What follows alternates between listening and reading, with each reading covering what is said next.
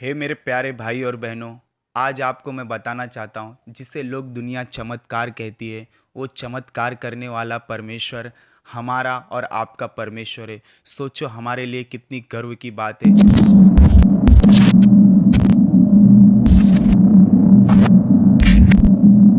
Hallelujah, धन्यवाद प्रभु यीशु। मेरे प्यारे भाई बहनों, आप कैसे हो?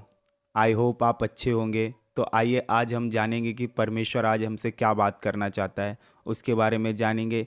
आज निकालेंगे हम व्यवस्था विवरण अध्याय 5 वचन 4 से लेकर 9 तक। आप पहले ध्यान से सुनिए, फिर उसके बाद हम इस वचन पे बात करेंगे। हे इज़राइल, सुन, यहोवा हमारा परमेश्वर है, यहोवा एक ही है। तू अपने परमेश्वर यहोवा से अपने सारे मन और सारे जीव और सारी शक्ति के साथ प्रेम रखना।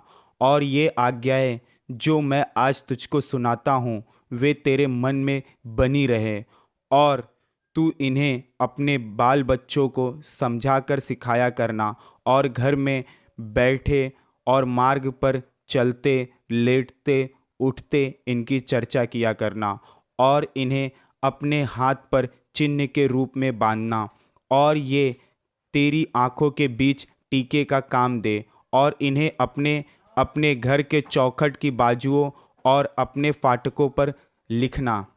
मेरे प्यारे भाई और बहनों, आज परमेश्वर हमसे बहुत ही प्यारी बात कर रहा है। आज उन्होंने हमें बताया है कि मेरे बच्चे, तुम उठते बैठते लेटते मार्ग में चलते समय घर में बैठते अगर कोई आपसे मिलने भी आ रहा है तो परमेश्वर की वचन की तारीफ किया करा करो। उन्हें लोगों को बताओ कि हमारे परमेश्वर ने क्या ही बड़े बड़े और भयानक काम किए हैं, जिसे आज लोग देख देख के अचंभित होते हैं। लेकिन मेरे प्यारे भाई और बहनों, वो हमारा परमेश्वर है। ये सब वो चमत्कार मूसा से पहले, अब्राहम से पहले करते आ रहा है, जिसने ये पूरी कायनात बनाया है।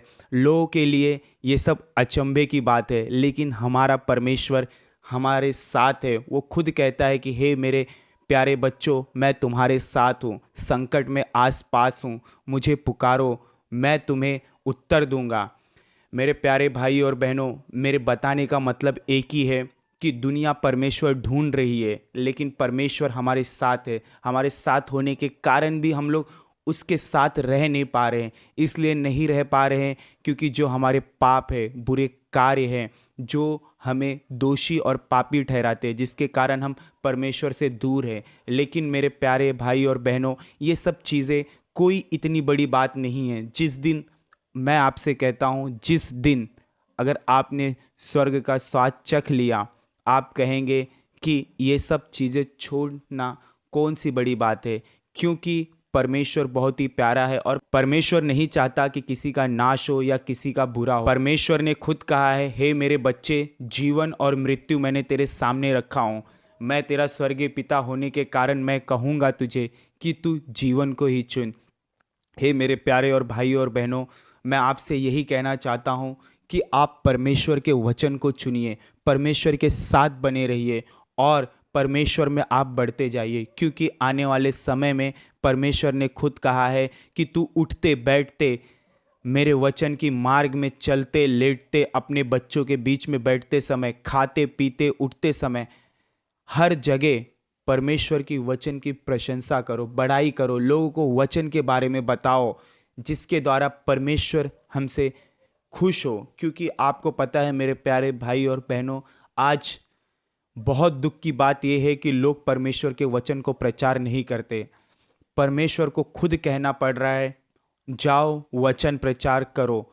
यहाँ तक कि नए नियम में ऐसा दिया हुआ है कि तुम सारे संसार में जाओ और सारे संसार में जाके लोगों को पिता पुत्र पवित्र आत्मा के बारे में बताओ और उन्हें बपतिस्मा दो, ताकि जिसके कारण लोग परमेश्वर के राज्य में आए और परमेश्वर को जाने। मेरे प्यारे भाई और बहनों, मैं आपसे यही विनती करता हूं कि आप परमेश्वर के वचन को ज़्यादा से ज़्यादा शेयर कीजिए, लोगों तक पहुंचाइए। क्योंकि आने वाले समय में परमेश्वर ना ही आपके धन दौलत कपड़े लत्ते रुपए पैसे पे ध्यान देगा, वो सिर्फ एक ही बात पे ध्यान देगा कि आपने परमेश्वर के राज्य में कितनी आत्माएं लाए हो, कितनी आत्माओं को बचाए हो। इसके सिवा परमेश्वर कुछ न्याय नहीं करने वाला। परमेश्वर आएगा, आपके कामों के अनुसार आपका न्याय करेगा। तो मेरे प्यारे भाई और बहनों, आप पवित्र बने रहिए, क्योंकि हमारा परमेश्वर पवित्र है। और मार्ग में उठते बैठते चलते और अपने बाल बच्चों को परमेश्वर के वचन के बारे में सिखाया करना, और अपने पड़ोसियों को भी, क्योंकि परमेश्वर सबसे प्रेम करता है। क्योंकि यीशु मसीह के जगत में आने का यही उद्देश्य था कि किसी का नाश ना हो, लोग परमेश्वर को जाने और लोग परमेश्वर के पास आए। तो आज के वीडियो में इतना ही। आइए हम सब लोग मिलके दुआ करेंगे, जो जानेंगे कि परमेश्वर कैसा हमसे प्रेम रखता है, उसने हमारे लिए क्या क्या किया है। तो परमेश्वर के एहसानों को ना भूलते हुए अपनी आंखों को बंद कीजिए और हम दुआ में जाएंगे। एक छोटी सी दुआ करेंगे।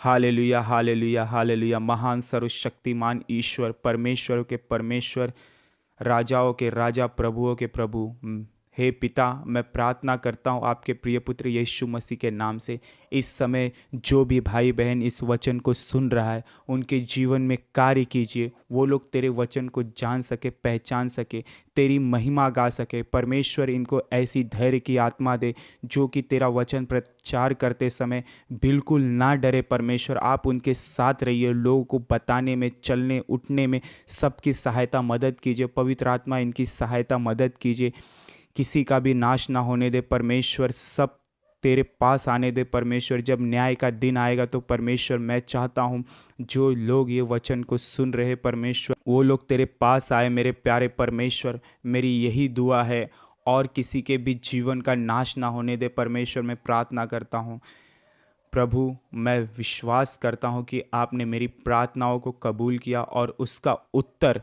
हमें दे दिया है। परमेश्वर इसके लिए मैं कोटि कोटि बार धन्यवाद करता हूँ। पिता, आज तक जो कुछ मैंने मांगा है आपने वो मुझे दिया है, और मैं इस वचन के लिए प्रार्थना करता हूँ, और ये वचन लोगों के जीवन में कार्य करेगा, मैं विश्वास करता हूँ यीशु के नाम से।